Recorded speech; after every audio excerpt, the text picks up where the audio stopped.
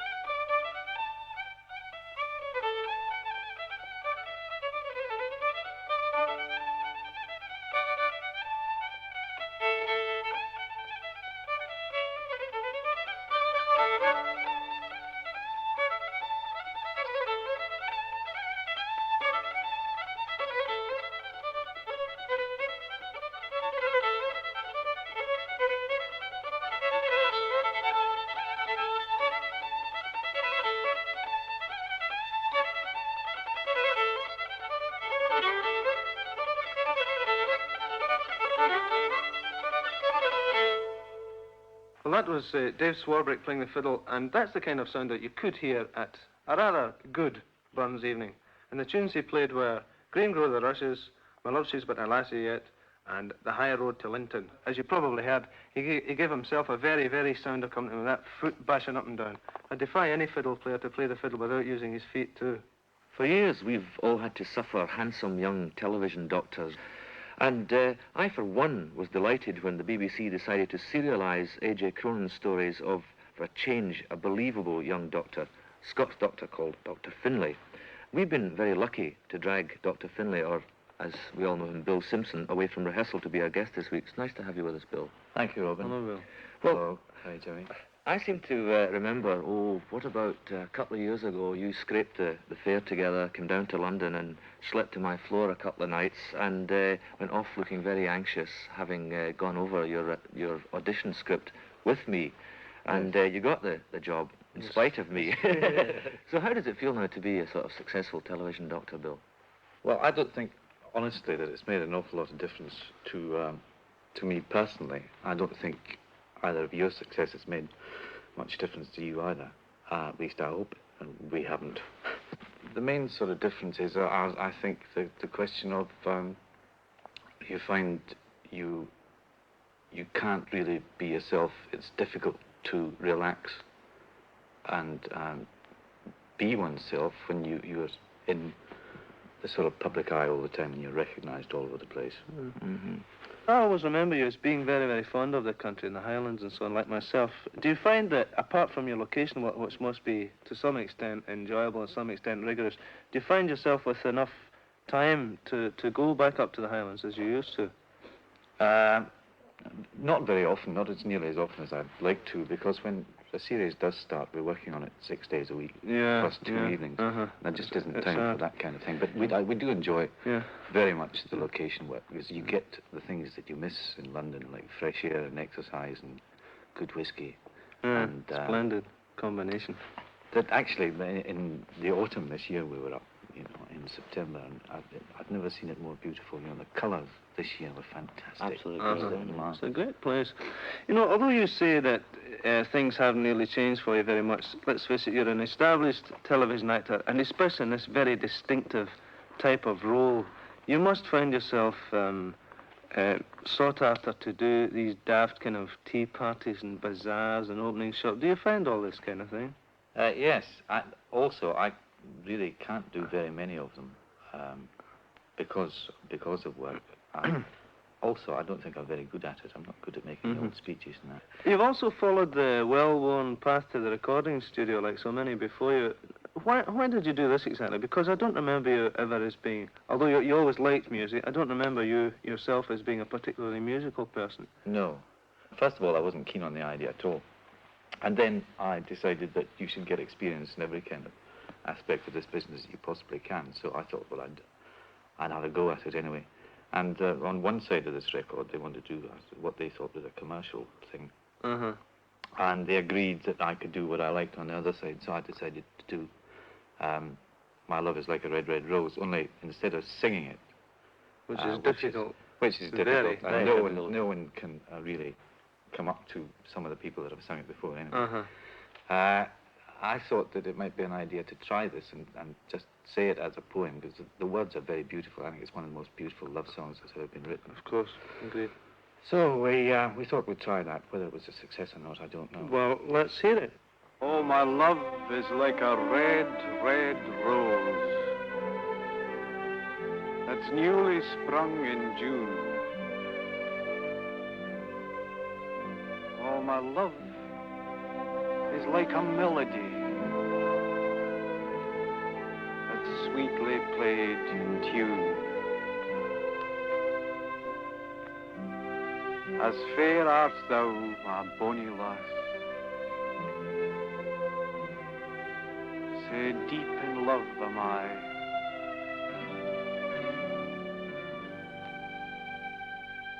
And I will love thee still, my dear,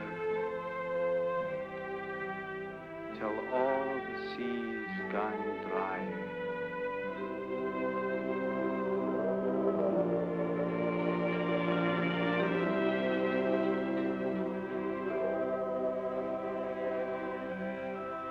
Till all the seas gang dry, my dear, and the rocks melt with the sun. Oh, I will love thee still, my dear, while the sands of life shall run. And fare thee weel, my only love, and fare thee weel a while, and I will come again, my love. Though it were 10,000 miles. Well, I must say it really is one of the most beautiful of all Robert Burns's love poems. And as you know, Bill, the 25th is looming up very shortly in Burns suppers and what have you. Have you got any plans for Burns supper at all? Yes, I've been invited with Andrew Cruikshank and Barbara Mullen to the London Burns Club. London supper. Burns Club. I mean, Scots people living in London, is that the idea? I suppose so, yes. Sort of rather like the London Caledonian Society. Yeah. Quite frankly, I don't think I'm really all that gone on Burns suppers. I'll probably bring a lot of wrath down on my own head by saying this on air, but I really don't like Burns suppers. I think the basic idea is obviously a good one because, you know, we all have the same basic feelings about Burns and his work and so on.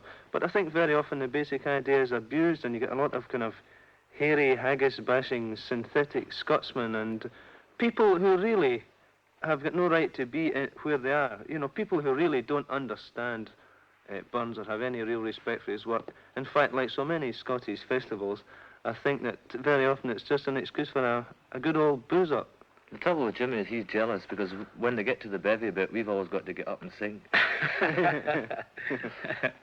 Well, I agree with that to a certain extent, but I think this happens mainly because there are Burns clubs all over the world, and not everyone can know enough about Burns to get up and speak about it, or even recite the poems properly or sing the songs properly. But I do think that there are some very authentic Burns suppers, as you know, too, in Ayrshire, for example, you know. In the country. Yeah.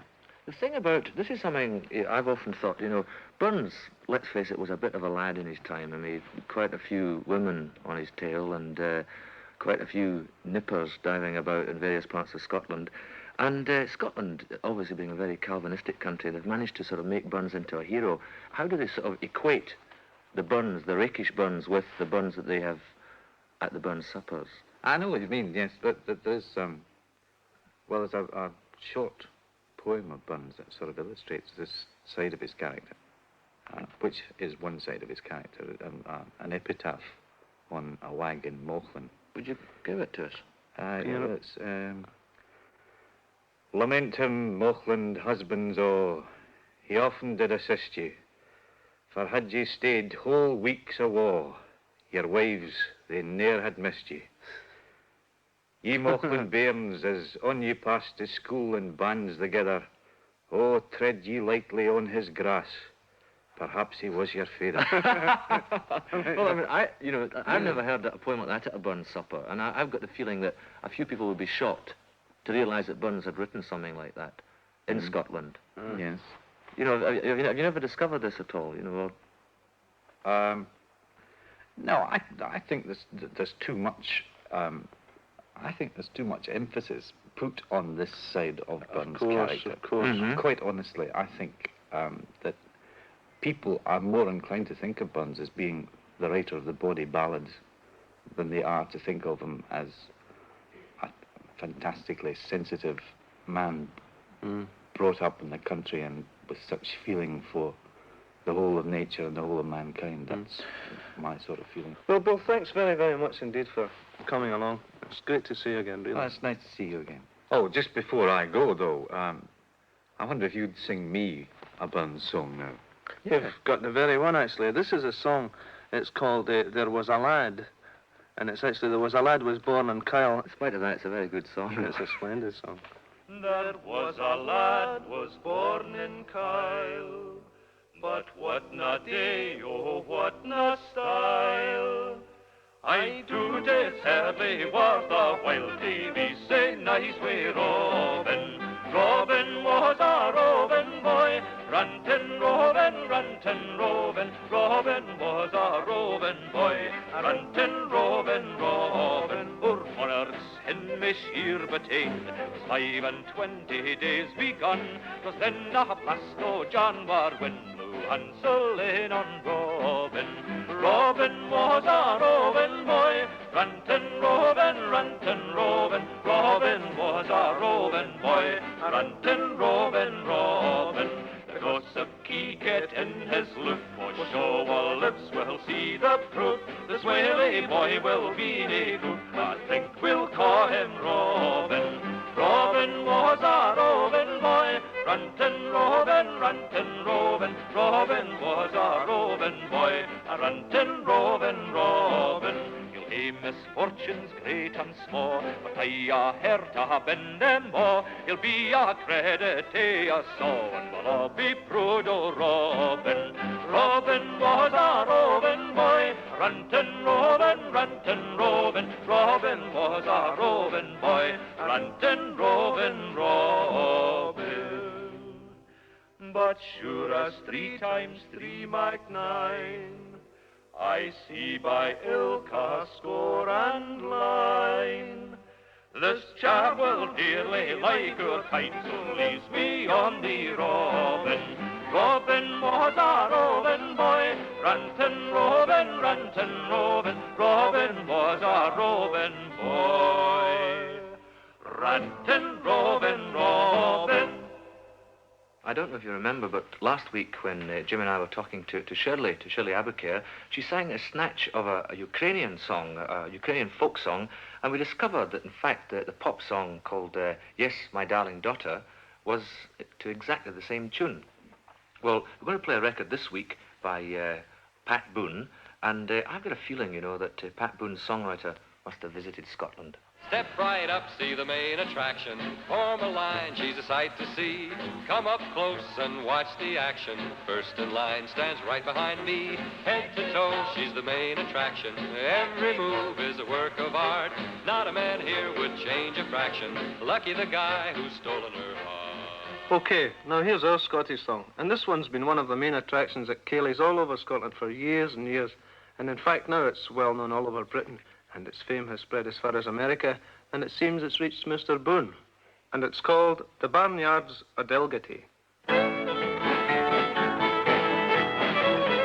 I come in with a Tara market, 20 feet, a building way of wealthy firm on the barnyards o' Delgaty. Hiltonary, Torinary, Hiltonary, Torinay, Hilton, Lauren, Lauren, Lauren, the barnyards o' Delgaty. Promise me the Ivy Spear, never a set but in a pond. When I come down to the barnyard, there was nothing there but skin and beef. Hiltonary, Torinary, Hiltonary, Torinay, Hilton, Lauren, Lauren, Lauren, the barnyard o' Delgaty. The old black horse sat on his rump, the old mare lay on her time. For all that I could huff and crack, he wouldn't rise at working time. Hiltonary, Torinary, Hiltonary, Torinay, Hilton, Lauren, Lauren, Lauren, the barnyard o' Delgaty. When I gang to the kirk on Sunday, money's the bonny lass of sea, sitting by her albert feather, winking out the pews at me. Hiltonary, Torinary, Hiltonary, Torinay, Hilton, Lauren, Lauren, Lauren, the barnyard o' Delgaty. Some can drink and no be drunk, and some can fecht and no be slain. I can lie be another man's lass and jive a welcome to my ain. Hiltonary, Torinary, Hiltonary, Torinay, Hilton, Lauren, Lauren, Lauren, the barnyard. And again. Hiltonary, Torinary, Hiltonary, Torinay, Hilton, Lauren, Lauren, Lauren, the barnyard o' Delgaty.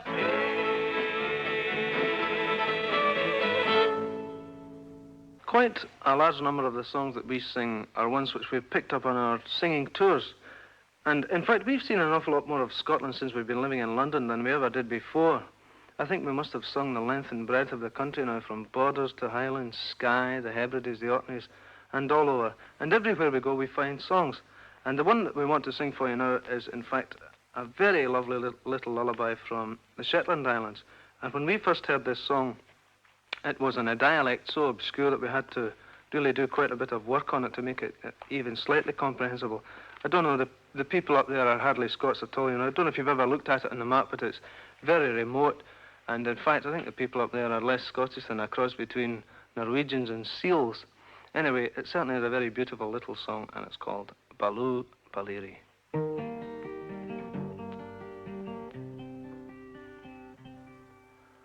Baloo Baliri, Baloo Baliri, Baloo Baliri, Baloo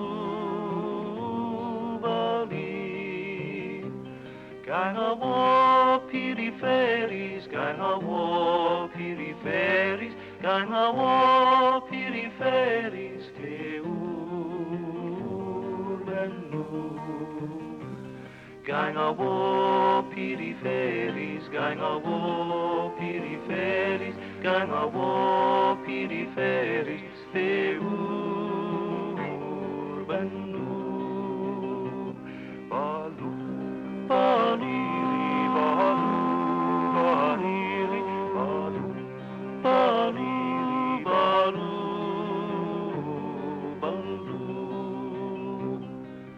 Doon come bonny angels, doon come bonny angels, doon come bonny angels, the urbenru. Balu, baliri, balu, baliri, balu, baliri, balu, baliri. Sleep soft, my Bobby, sleep soft, my Bobby, sleep soft, my Bobby, in urbenru. Balu, baliri, balu, baliri, balu, baliri, balu, balu, balu, balu, baliri, balu, balu, balu, balu, balu. That's a little lullaby from the Shetland Islands called Baloo Baliri. And we don't seem to have had much from Steve in the past half hour, so we're going to ask Steve over to sing a calypso with us. The song is called Banua.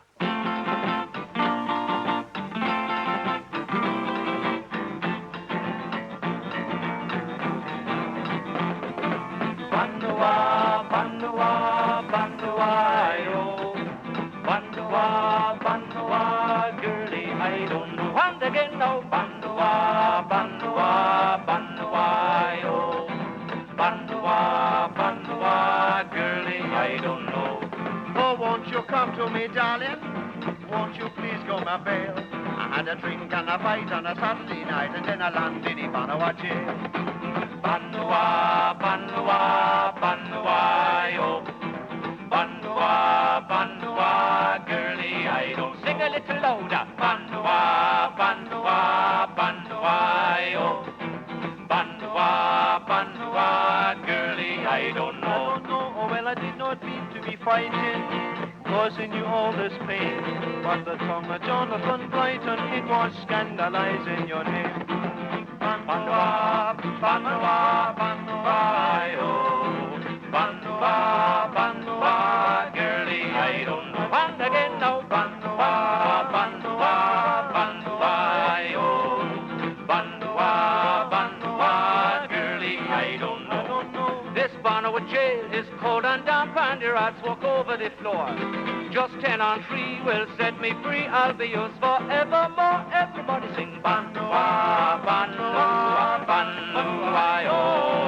Banua, Banua, girlie, I don't know. Last time now. Banua, Banua, Banua-yo. Banua, Banua, girlie, I don't know. Girlie, I don't know. Girlie, I don't know. Well, with Steve's help, that was a Glasgow come Surrey version of an American version of a West Indian version of a slave song which started off in Africa. And I think by the time Jimmy's come to the end of that fantastic long announcement, it's nearly time to finish. And we have, once again, of course, this week with us, the boys from Warwick School. And we thought we'd sing a song which is for very young children, mainly. It's an American play song which is very popular called Go Tell Aunt Rhody That the Old Grey Goose Do any is of Dead. you lads know this song? Oh, yes. How many of you? 1, 2, 3 know it, 3 know it, and 3 don't know it. So, well, we should this kind of build up as we go It's along. the younger shouldn't we? members, I noticed, that know Who know it, yeah. Okay, well, Well, we'll just sing it, We'll sing it, and you lads who know the chorus join in immediately, and the rest of you keep your ears open and try and learn it as we go along. It goes like this.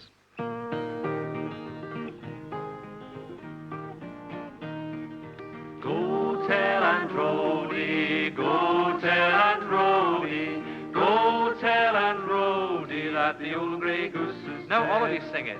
Go tell Aunt Rhody, go tell Aunt Rhody, go tell Aunt Rhody that the old grey goose is dead. She only had one feather, only had one feather, only had one feather growing in her head. Go tell Aunt Rhody, go tell Aunt Rhody, go tell Aunt Rhody that the old grey goose is dead.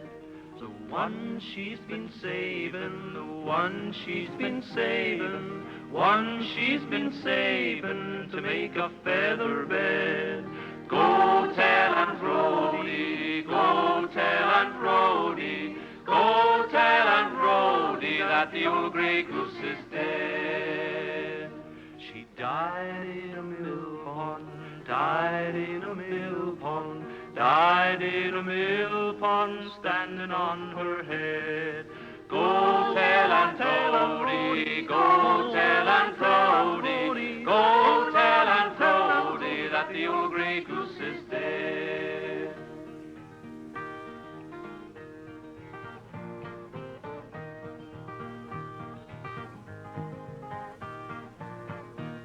The little geese are crying, the little geese are crying, little geese are crying because their mama's dead. Go tell Aunt Rhody, go tell Aunt Rhody, go tell Aunt Rhody that the old grey goose is dead. Raise the roof this time. Go tell Aunt Rhody, go tell Aunt Rhody, go tell Aunt Rhody that the old grey goose is dead. The old grey goose is dead, that the old grey goose is dead.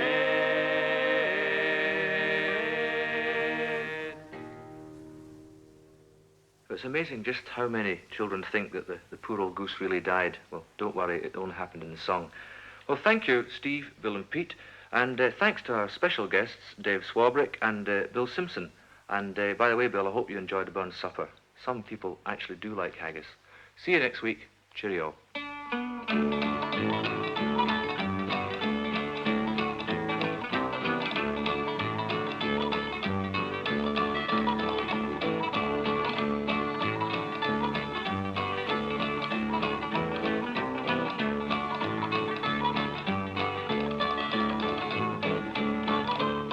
Robin Hall and Jimmie Macgregor presented Bright as a Button. The program was produced by John Dyas.